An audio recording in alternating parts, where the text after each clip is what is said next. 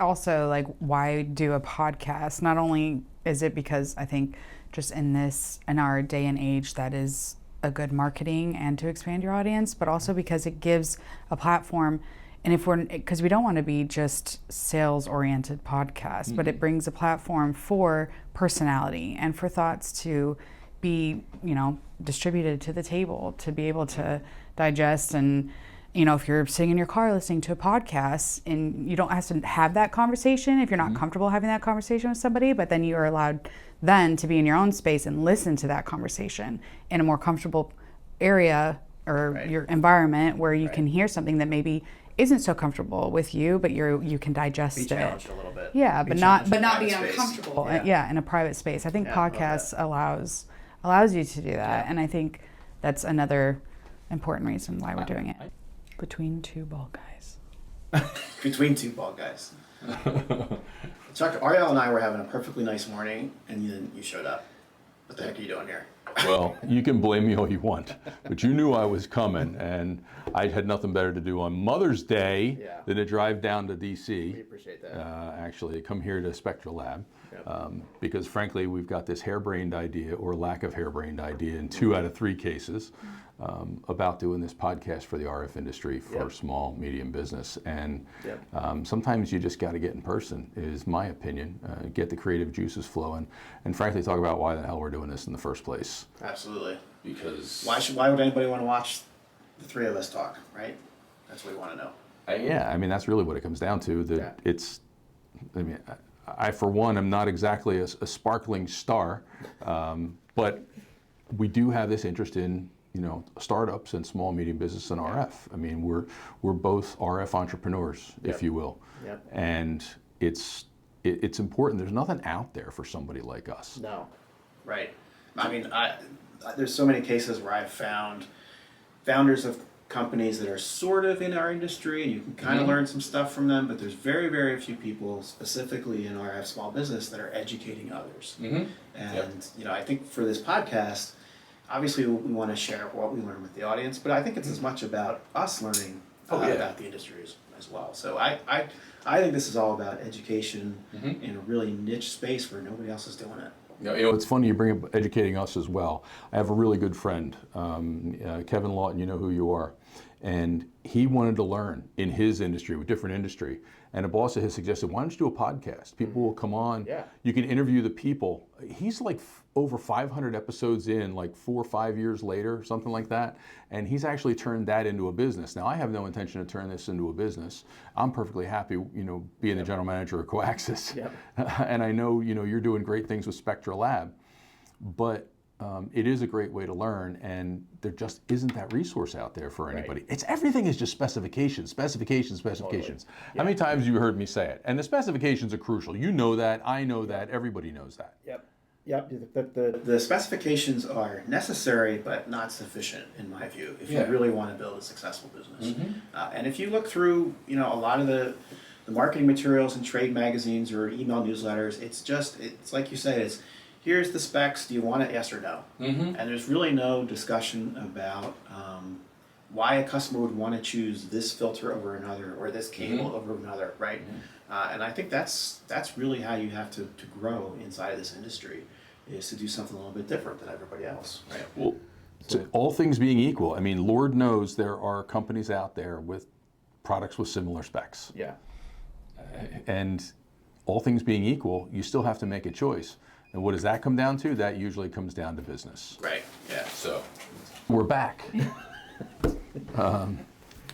Actually, it's kind of funny. We got interrupted, but it's kind of one of the things when this is kind of exactly reminiscent of small business to me. We don't have a big studio. I mean, although actually we do have a pretty good. There's a lot of tech going on right now, and you have a studio and I have a studio, but it's different. It's not like. Well, there's not a team of 20 people producing this thing. What you see on the screen here, this is it. We create this thing. Exactly. And whatever the shortcomings are, it's entirely our fault. But I think all of us agree that it's important to get something out there, because there isn't anything else. So. I agree. And for my mind, when I came up with this wacky idea, to me, there's 3 parts of this. So again, the technology is amazing. The technology is crucial.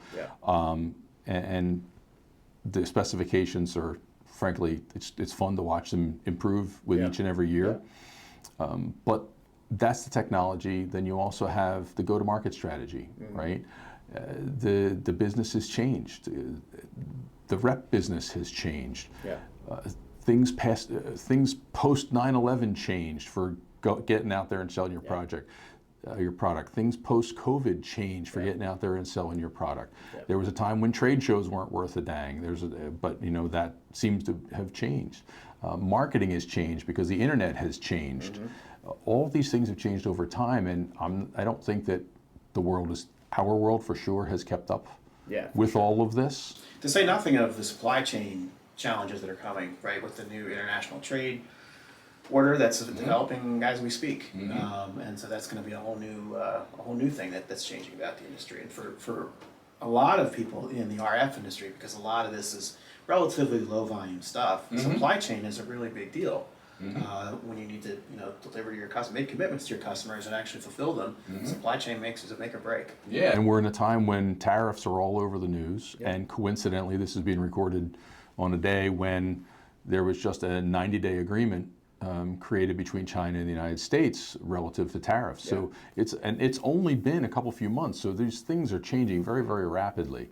And while these fast-moving changes aren't enough for us to potentially help people, at least exploring the issues at a higher level can help people prepare. So what kind of guests do you think we can get on this show? Frankly, just about anybody that has an interest in this business. If we take that approach of learning, I want to hear the entrepreneurs' stories, frankly. I want to hear from the academics. I want to hear from the operations people. I want to hear from the supply chains people. I want to hear from the quality people. I want to hear from the CEOs. But what I don't want it to be is I don't think that if it's just a bunch of sales pitches, I don't think it's going to help the intended audience. We're not here to sell anything. We're really here to educate people and educate ourselves, educate our audience, and share knowledge. Because really, I think at the end of the day, I know all of us agree on this. We really are rooting for the RF industry in the United States to succeed, and for us to really flourish as a community. We have to share knowledge with each other. Well, I've been doing this for 25 years, and I left for a short time and I came back. But I'm pretty sure this is my industry home for the rest of my career. So it's really where I want to be. So I think it's time to invest in it beyond just our organization. Personally. That's great. So that's why I'm here. But and so we talk about the operations supply chain, but I think there's other aspects of it as well. We talked about a lot of things today, leading up to this, from technology to hiring to women in the RF industry. Women in manufacturing, women in this industry has become a big thing, a big point of discussion. We still have the issue here. So all these things are possible topics that I want to cover. Yeah, absolutely. I mean, I think under that umbrella, it's just kind of like the diversity of thought. In our industry, there's a lot of people who I think the same way, and I think that the industry could really benefit from diversity of thought more than anything else. And so, bringing more women into the community, into the RF businesses, I think is a big part of that. Yeah, I think too. Highlighting that, obviously, why I'm here. Are you a woman? I am. Are you in RF? Oh my God, you can't help that. Yes, I am. Oh, okay. I sure am. But I've only been in for about 3 years, so it feels intimidating. But I think it's important not only to market, just as you're saying, everything is specs, but marketing everything that goes into the RF industry and behind the scenes, or the marketing, or the thought that goes behind that, the personalities that go behind that, understanding the personalities, and bringing to light things that may be uncomfortable, but they're important to talk about, because as an ever-changing, marketing is ever-changing, especially in this industry, to be able to allow for those conversations to be had, or difficult things to be brought to light so they can be talked about and then addressed and better the community, better the industry. One thing we do not lack in this industry is big personalities. and big stories. I don't know any big personalities. Do you? None. I have a way of filling a room, but so not always in a good way. Just ask my wife. But why not tell those stories? Why not bring them to light? Yeah. You see them once a year. Yeah. And I think too, you and I have been in this space for a long time, but Arielle, as she said, has been in for 3 years, and she comes in with a perspective that you and I just can't have because we've been living in this forest for so long, right? And Arielle's kind of like just entering the forest, like, hey, I got this whole other perspective. Yeah, and I think it also because like the RF industry is so niche and so small, it can feel like there is just this kind of monotone personality, right? Engineers, highly educated engineers, and when you bring in other perspectives, whether marketing or even in sales, it can seem a bit disruptive or uncomfortable, but I think it's important to have. Yeah. And I think it's a good thing. It's a good thing to have and to bring in different perspectives, to bring things to light and to change marketing because, everyone you're marketed to is through personality. So when you bring people who may have big personalities or understand that, they can change the way, obviously for me, for marketing, and that's a good thing. Yeah, absolutely. And it's not just because it's the right thing to do. It's because I actually think in the long term it's more profitable to have that, to get that edge through diversity of thought, or diversity of perspective, of whatever you want to call it. I think it's just going to be a more profitable approach. So. Well, and anybody who's spoken to me in the past forever years knows how I praise being different all the time. And diversity of thought is exactly that. Yeah. If all we were doing was saying that the way to be is monotone, and I've never heard it put that way before, so thank you. That's a great way to think about it. It literally is just that's all you ever hear is the same thing.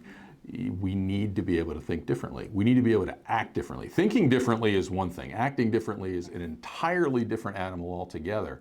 But God damn it, it's time. Yeah. Somebody's got to stand up and do something different. Yeah. That also, like, why do a podcast? Not only is it because I think just in our day and age that is a good marketing and to expand your audience, but also because it gives a platform. And because we don't want to be just sales-oriented podcasts, but it brings a platform for personality and for thoughts to be, distributed to the table, to be able to digest. And, if you're sitting in your car listening to a podcast and you don't have to have that conversation if you're not comfortable having that conversation with somebody, but then you are allowed then to be in your own space and listen to that conversation in a more comfortable area or your environment where you can hear something that maybe isn't so comfortable with you, but you can digest it. Be challenged a little bit. Yeah, but not be uncomfortable. Yeah, in a private space. I think podcasts allows you to do that, and I think that's another important reason why we're doing it. I never gave it. Again, that's why you have to come together, and it's why you could do a podcast, you could do a podcast, I could do a podcast, but by bringing together three voices with different perspectives, we give each other something to think about, and you just gave me something else to think about. For all the sales types out there that have spent how many man days, windshield time with. You have a regional manager in tow. You might have the president of a small company who comes on the road with you and does your thing. You're having conversation this whole time, and it's always the same thing. And you might be listening to music, you get to know another, but actually, a topical podcast, something like this, could be the great thing that you could do together to create a different set of conversations when you're stuck pushing hours on the road together. If we could make that happen, that'd be super cool. Yeah. Well, hey, it's an objective like any other, but that's what we're here to explore doing something differently and find a way that we can help people, and maybe we can help them in all these different ways. The windshield time gets boring. Yeah, absolutely. But it's a reality. It still has to happen, even in the age of Zoom. You don't like to listen to data sheets when you're driving in the car? AI helps, and I frequency range 10 megahertz, 26 gigahertz. I mean, I do that every morning. No, that's good. That's 2 minutes. Yeah, I don't have that kind of really short data sheets. I don't have that kind of brain to be able to retain all that stuff. But I am an auditory learner, and so listening to things conceptually helps me personally. and that's so it's another medium. I imagine that there's a lot of people in this industry that are very technical and they digest the specs that way. Yeah, and you have, so, and there's a time and place for that. There is a time and place for that, but I don't know that reading the stories in a blog is the best way to digest it because you miss the personalities, the big personalities in RF. Right. So, and someday.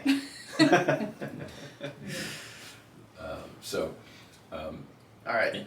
Cool. Yeah, and I have more. I mean, frankly, some of the greater topics. I'm an industrial engineer, so areas like operations and supply chain interest me greatly. Yeah. Frankly, IT interests me greatly. God bless you. Yeah, well, and it sucks, but it's a reality for a small business. I mean, I could do a whole podcast on small business IT. It's such a pain.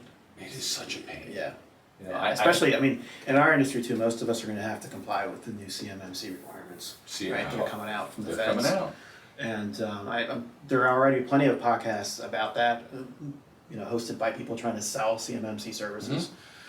So I think maybe we'll talk about that a little bit from our perspective. We're not trying to sell CMMC services, Right. but maybe we could talk about it as a way, hey, how can you do this reasonably without paying $200,000 to a consultant? Yeah, I mean, it's certainly a topic, and it clouds at least a small portion of every single day as I move in that direction. Yeah. I have to prepare for it. Thankfully, there's different levels. And I think with everything, it can be quality management systems, it could be CMMC 2.0, and it could be everything in your business. Yeah. I have a phrase as minimalist, but increasingly effective. And I think that's more appropriate for a small business or a startup or even a medium business, that you want to keep it as small as possible so that it doesn't take on a life of its own without losing the effectiveness for the customer. Does it actually contribute value? Right. And too many companies don't ask that critical question. Right. They just figure, well, everybody's doing it. The large companies told me I have to do it. Yep, absolutely. Therefore I have to do it. Well, somebody has to bring a different perspective and ask those questions and challenge. And I just assume bring on an expert in CMMC 2.0 and then have a conversation that says, okay, this is what it is. It is extreme, but what should it be? Right.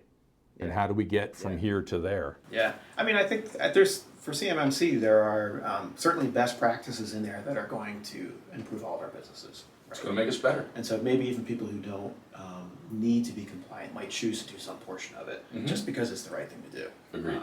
Agreed. But that line between figuring out what actually adds value to the business and what looks good on the resume, that's a tough line to find.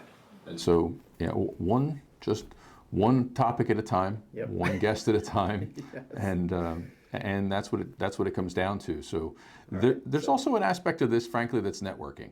So in order for us to find those people, it's going to make us better, and that we're going to have to go out and we're going to have to network within our industry. Yeah. I know a lot of people. You know a lot of people. You're increasingly knowing a lot of people, Ariel. We're going to have to talk to people. Yeah, I mean, well, we've been playing around with this podcast for a couple months now. We've already seen people kind of step forward and say, hey, yeah, I want to do that. Yep. So I think that's going to happen more and more. So I mean, I'm more enthusiastic than ever. Every time we have a conversation, I'm more and more ready to go. So. Well, you know what, Chuck? Ariel and I would not have done this by ourselves because you've had a history of like semi-professional podcaster. So we appreciate your push off the ledge here. Quarter professional. Right. I just don't mind the sound of my own voice, and I am not the Ricky Martin, so I don't care what I look like on camera, so that's fine. That's what I would call an eighth professional. Yeah, no, we would not have done it. It would be just you making videos. Yeah. Because even though I'm in marketing, I am extremely shy. Well, all right. Well, then this is your opportunity to. Yeah, it's great. On this podcast. Yeah, we both think you sparkle, so go figure. Do well in small environments with people I know well. It's just the three of us here. So. It really is just the three of us. Yeah, with all the cameras. Yeah, that's just a camera. All right, so that's what we're all about, folks. This is the RF Frontiers podcast. We are moving forward, and we want you to participate. So if you'd like to be a guest on the RF Frontiers podcast, connect with us on LinkedIn, give us a ring. We're easy to find, and let's have a chat. Until next time, I'm Chuck Coxhead. Sean Wallace. Ariel Carlson. We will catch you on the next episode. Dream big.